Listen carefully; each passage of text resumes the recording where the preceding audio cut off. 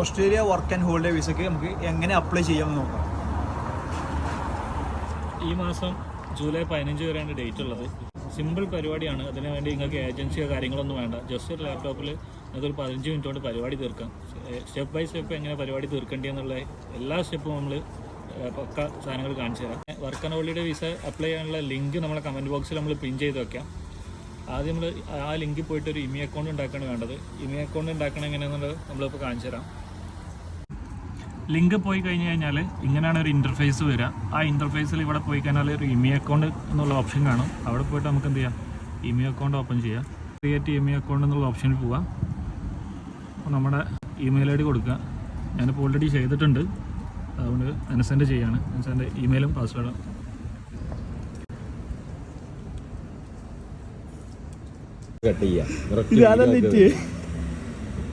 അനസിന്റെ ഫോണാണോ ഇല്ല ഇതൊക്കെ ഇന്ത്യയിലേക്കുള്ള അനുസരിച്ച് എത്ര പെട്ടെന്ന് നല്ലൊരു ഫോൺ വാങ്ങണം. യൂറോപ്പിലെത്തിയവന്റെ ഫോണാണിത്. അത് വെരിഫിക്കേഷൻ വന്നിട്ടുണ്ട്. ആ verification code 14. Family name, given name, phone number, mobile phone നമ്പറാണ്. അപ്പോൾ ഫാമിലി നെയിം എന്ന് പറഞ്ഞാൽ ഓസ്ട്രേലിയ ഫാമിലി നെയിം നമ്മളെ സർനെയിമാണ്. അവിടെ ഫാമിലി നെയിം. നെക്സ്റ്റ് ഓപ്ഷൻ പോകുമ്പോൾ ഇവിടെയാണ് കുറേ ആൾക്കാർക്ക് തെറ്റിയെന്ന് പറഞ്ഞിട്ട് കുറേ യൂട്യൂബ് ചാനലിലൊക്കെ കമൻറ്റ് കാണുന്നത്. അപ്പോൾ ഇവിടെ നിങ്ങൾക്ക് വേണ്ടതെന്ന് വെച്ചാൽ ഒരു 14 ഡിജിറ്റ് പാസ്വേഡാണ് നിങ്ങൾക്ക് വേണ്ടത്.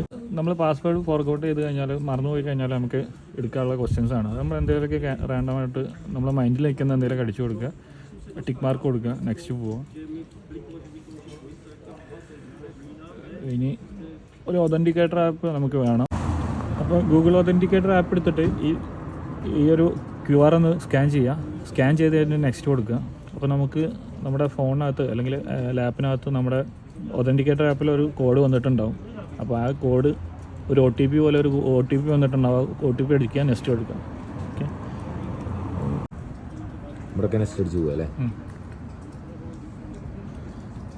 ഇപ്പോൾ അങ്ങനെ നമ്മൾ ഇമി അക്കൗണ്ട് ക്രിയേറ്റ് ചെയ്തിട്ടുണ്ട്. അൻസിൻ്റെ പേരിൽ ഇപ്പോൾ നമുക്ക് ഇവിടെ കാണാം.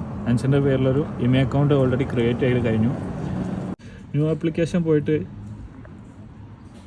നമ്മൾ വിസ പ്രീ ആപ്ലിക്കേഷൻ ഇതിൽ പോയി കഴിഞ്ഞാൽ നമ്മളെ registration work and holiday visa എന്നുള്ള നമുക്കിവിടെ കാണാൻ പറ്റും. അതാണ് നമ്മൾ സെലക്ട് ചെയ്യേണ്ടത്.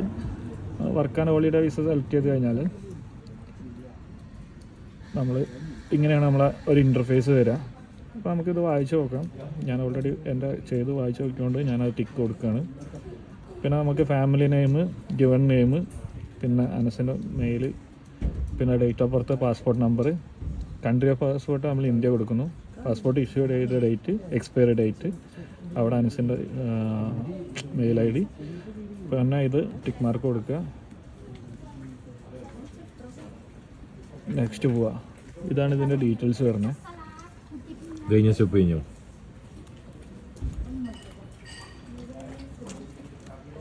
പാലക്കോടാണ് കറക്റ്റല്ലേ? ഇത് കറക്റ്റ് ഡേറ്റ് പറയട്ടോ, ഇത് മാറി കൊടുക്കാൻ പറ്റൂല. ഇതിന് ഡേറ്റ് കറക്റ്റ് കൊടുക്കണം. സ്കീം പറ്റൂല.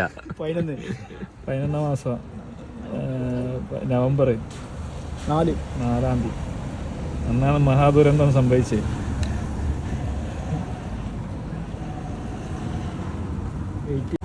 പിന്നെ ഇത് കുറേ ആൾക്കാർ തെറ്റിച്ച് കൊടുക്കുന്ന ഒരു സാധനമാണിത്. നാഷണൽ ID നമ്പർ എന്നുള്ളിടത്ത് ഒരിക്കലും നമ്മൾ പാസ്പോർട്ട് നമ്പറോ അല്ലെങ്കിൽ ആധാർ കാർഡിൻ്റെ നമ്പറൊക്കെയാണ് ഒരുപാട് ആൾക്കാർ കൊടുക്കുന്നത്. അവിടെ ആധാർ കാർഡിൻ്റെ നമ്പറല്ല കൊടുക്കേണ്ടത്, അവിടെ നമ്മൾ പാൻ കാർഡിൻ്റെ നമ്പറാണ് കൊടുക്കേണ്ടത്. ഡീറ്റെയിൽസൊക്കെ ഫില്ല് ചെയ്ത് കഴിഞ്ഞാൽ നമുക്കൊന്നുകിൽ റിവ്യൂ ചെയ്യാം അല്ലെങ്കിൽ സേവ് ചെയ്യാം. അപ്പോൾ നമ്മൾ ആദ്യം സേവ് ചെയ്യുന്നു.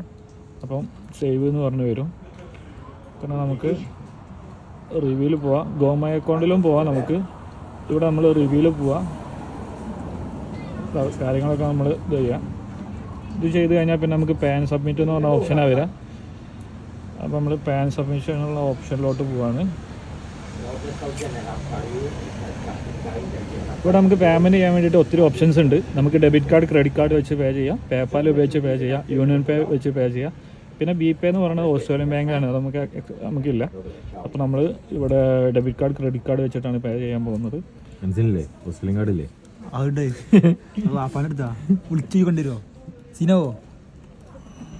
നാട്ടിലൊരു 1000-1500 രൂപേൻ്റെ താഴെ വരുന്നുള്ളൂ. ഇതൊരു ഗോൾഡൻ ഓപ്പർച്യൂണിറ്റിയാണ്. അതുകൊണ്ടാണ് നമ്മൾ ഓൾറെഡി അബ്രോഡിലുള്ള നമ്മളടക്കം കൊടുക്കാൻ കാരണം എന്ന് വെച്ചാൽ ഇത് അത്രയും ഓപ്പർച്യൂണിറ്റി ഉള്ള ഇതാണ്. 18 വേറെ എലിജിബിലിറ്റി ക്രൈറ്റീരിയ ഒന്നുമില്ല. നമുക്ക് അവിടെ പോയിട്ട് വർക്ക് അന്വേഷിക്കാം, വർക്ക് കണ്ടുപിടിക്കാം. വേറൊരു പരിപാടി ഇതിൻ്റെ ബാക്കിലില്ല. ഒരു ഏജൻസിനെ നമുക്ക് സമീപിക്കേണ്ട കാര്യമില്ല. നമുക്ക് തന്നെ ഒരു 15 മിനിറ്റ് കൊണ്ട് ചെയ്ത് തീർക്കാവുന്ന പരിപാടിയുള്ളൂ. ഈ പേയ്മെൻറ്റ് ചെയ്ത് കഴിഞ്ഞാൽ നമുക്ക് ഇതിൻ്റെ ഒരു സ്ലിപ്പ് വരും. നമ്മുടെ കംപ്ലീറ്റ് നമ്മളെ സ്ലോട്ട് അതിനകത്തേക്ക് പോകും. ഓക്കെ.